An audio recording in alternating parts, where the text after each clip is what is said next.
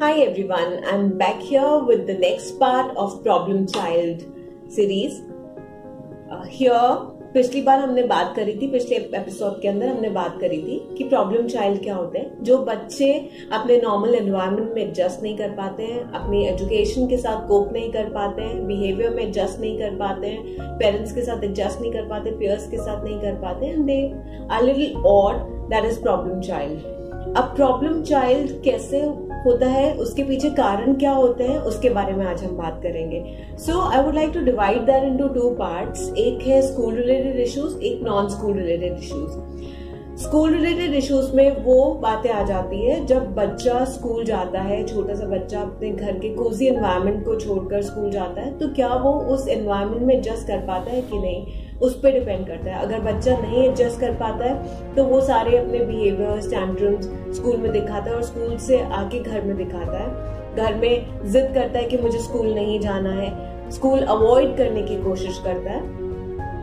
Second thing is उसका relation teacher के साथ कैसा रहता है स्कूल के अंदर। अगर टीचर से उसको पॉजिटिव रिवॉर्ड्स मिल रहे हैं, अगर टीचर से उसको प्रॉपर कोजी एनवायरनमेंट मिल रहा है, वो मदरली टच मिल रहा है when he starts going to school, तो उसको स्कूल अच्छा लगता है, then the problem doesn't occur. But वो चीजें नहीं मिल रही है, या फिर अगर वो शैतानी कर रहा है, गलत कर रहा है और उसको डांट पड़ रही है, तो धीरे धीरे वो रिलेट नहीं कर पाता है and he shows all his behavioural issues when he comes back home. उसके टैंट्रम्स, स्कूल में भी उसके वो टैंट्रम्स, गुस्सा, इरिटेबिलिटी दिखती है और घर आने के बाद भी वो उस चीज को जाहिर करता है।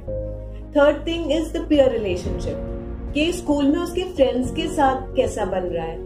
अगर उसके पास एक अच्छा ग्रुप बन जाता है, अगर उससे बच्चे फ्रेंड्स अच्छे से बात करते हैं, तो वो अपने आप को बहुत नॉर्मली एडजस्ट कर पाता है। लेकिन अगर उसकी फ्रेंड्स के साथ नहीं बन पाती है, कुछ इश्यूज हो जाते हैं, कोई उसके साथ शेयर नहीं करता है, टिफिन शेयर नहीं करता है, अपनी स्टडी शेयर नहीं करता है, तो बहुत सारी टैंट्रम, बहुत सारा बिहेवियरल इंफीरियरिटी कॉम्प्लेक्सेस, इस तरह के इश्यूज वो शो करने लगता है। That again become a problem to make him or her a problem child. Next comes is कि स्कूल का एनवायरनमेंट कैसा है, स्कूल की पॉपुलेशन क्या है।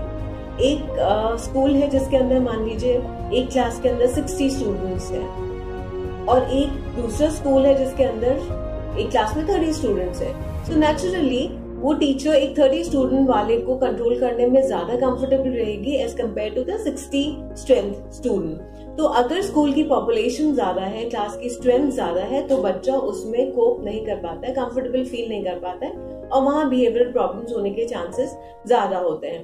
What is the culture of the school and what culture the child comes from. Family background, उसके family का culture क्या है और स्कूल का कल्चर क्या है, उस पर भी डिपेंड करता है कि बच्चा अपने बिहेवियरल प्रॉब्लम्स ग्रो करता है कि वो नॉर्मली एडजस्ट कर पाता है। If these are two different environments, अगर वो कल्चर्स बिल्कुल अलग अलग हैं, तो बच्चा उस चीज को एडजस्ट नहीं कर पाता है and he grows up, he or she grows up with the behavioral problems। ये बातें तो हमने करी स्कूल रिलेटेड इश्यूज। अब हम बात करेंगे non school related issues. Naturally जब नॉन स्कूल रिलेटेड की बात आती है तो फैमिली आ जाती है, फैमिली आती है and second comes the social media. ये दो चीजों पे मैं फोकस करना चाहूंगी। फैमिली में if the family is disturb family, disrupted family या ट्रॉमेटिक फैमिली, इस तरह की जो चीजें आ जाती हैं, वहां इश्यूज बहुत होने लग जाते हैं। डिस्टर्प्टेड फैमिली से जहाँ पे सिंगल पेरेंट बच्चे को पाल रहे हैं या बच्चा अपनी फैमिली में नहीं है, जैसे कई बार ऐसा होता है कि बच्चे को पेरेंट्स के नाना नानी के पास छोड़ दिया, दादा दादी के पास छोड़ दिया, वो अपनी मैटरनल फैमिली में ग्रो कर रहे हैं या पैटर्नल फैमिली में ग्रो कर रहे हैं और पेरेंट्स कहीं और वर्क कर रहे हैं बिकॉज वो अपने वर्किंग के साथ बच्चे को नहीं मैनेज कर पाते हैं। In that case child grows with behavioural problems, कुछ इश्यूज उसके साथ स्टार्ट हो जाते हैं। सिंगल पेरेंट होते हैं, डिवोर्स पेरेंट्स होते हैं, इस तरह की जब डिस्ट्रप्शंस फैमिली के अंदर होते हैं, तो अडॉप्शंस होते हैं, तो बच्चे की बिहेवियरल प्रॉब्लम्स ग्रो कर जाते हैं। Second I come to the disturb family. Disturb family में जहां पे भी फिजिकल, मेंटल, इमोशनल अब्यूज होता है। फिजिकल, मेंटल, इमोशनल अब्यूज से मेरा मतलब है जहां मार पिटाई होती है, पेरेंट्स के बीच में नहीं बनती है, या घर में लड़ाई झगड़ा बहुत ज्यादा होता है, इमोशनली अगर आप किसी को टॉर्चर करते हो, आप हाथ नहीं उठा रहे हो लेकिन उसको बोलते जा रहे हो, डांटते जा रहे हो, चिल्ला रहे हो, इस तरह का एनवायरनमेंट, चाहे वो चिल्लाना, डांटना, मारना डायरेक्टली बच्चे पे नहीं है, पर बच्चा वो सब चीजों को विटनेस कर रहा है, वो देख रहा है। So child grows up with those insecurities और उसके अंदर ये behavioural issues, behavioural problems develop हो जाते हैं। तो अल्कोहल जहाँ होती है कि एनी ऑफ द पेरेंट या घर में कोई ड्रिंक बहुत ज्यादा कर रहा है और उसके बाद प्रॉब्लम्स हो रही है, नशा जहाँ बहुत ज्यादा होता है वहाँ उन फैमिलीज में प्रॉब्लम्स हो जाती है, मार पिटाई जहाँ होती है, फिजिकल अब्यूज होता है, मेंटल अब्यूज, इमोशनल अब्यूज, ये सब मैंने आपको बताया, those are the disturb families. तो जहाँ ये सब चीजें ज्यादा होती हैं तो प्रॉब्लम्स बढ़ जाती हैं। Now I come to social media. Social media affects, social media कैसे बच्चों पे कैसे अफेक्ट करेगा? Basically television. Now we are going to see कि टेलीविजन तो हमारा सोर्स ऑफ एंटरटेनमेंट है, और अगर हमारा बच्चा टीवी नहीं देखेगा तो हम उसको ऑक्यूपाइड, बिजी कैसे रखेंगे? This question comes, but that is not only the way to keep your child occupied and busy. इसके बारे में मैं आपसे नेक्स्ट वीडियो में बात करूंगी, अगले वीडियो में। बट अभी मैं आपको बता रही हूँ कि सोशल मीडिया कैसे इम्पैक्ट करता है, टेलीविजन कैसे इम्पैक्ट करता है। इतने कार्टून चैनल्स होते हैं या टीवी के अंदर जो भी वायलेंट सीरीज या वायलेंट सीरियल्स या वायलेंट कार्टून्स बच्चा देखता है, तो child learns to tend to learn that violence. वो बच्चा ना चाहते हुए भी वायलेंस सीखने की कोशिश करता है या सीख जाता है। छोटा भीम आता है, डोरेमोन आता है, डोरेमोन के अंदर नोबिता भी आएगा, डोरेमोन भी आएगा, डोरेमोन के अंदर जियान भी आएगा। So there are so many things. जियान इज सो पावरफुल कि वो बीट दे। तो जो बच्चा अपने आप को नहीं इतना पावरफुल समझता है वो जियान का कैरेक्टर अपना लेगा। और अगर कोई बच्चा अपने आप हुज भी अपनी स्टडी से कोप नहीं कर पा रहा है तो वो फैंटेसाइज करेगा कि उसके पास भी डोरेमोन होना चाहिए जो उसके लिए बैठे बैठे सारी चीजों को कर पाए। सो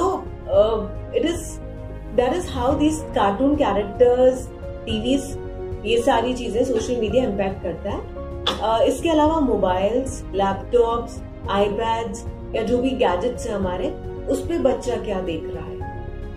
अगर वो क्राइम पेट्रोल टाइप सीरियल देख रहा है या इस तरह की सीरियल देख रहा है जो कि छोटे बच्चे कई बार देखते हैं, तो उनके ऊपर वो उसी तरह से इम्पैक्ट करता है, विच क्रिएट्स बिहेवियरल प्रॉब्लम्स। ये सारी चीजें बिहेवियरल प्रॉब्लम्स को क्रिएट करती हैं। सो सोशल मीडिया अगर होता है, so that is important that it should be under the guidance of the parents कि what the child is watching. I will definitely talk about in detail मेरे next videos में। ये सारी चीजें हो गई बिहेवियरल प्रॉब्लम जो एनवायरमेंटली बच्चा लेता है।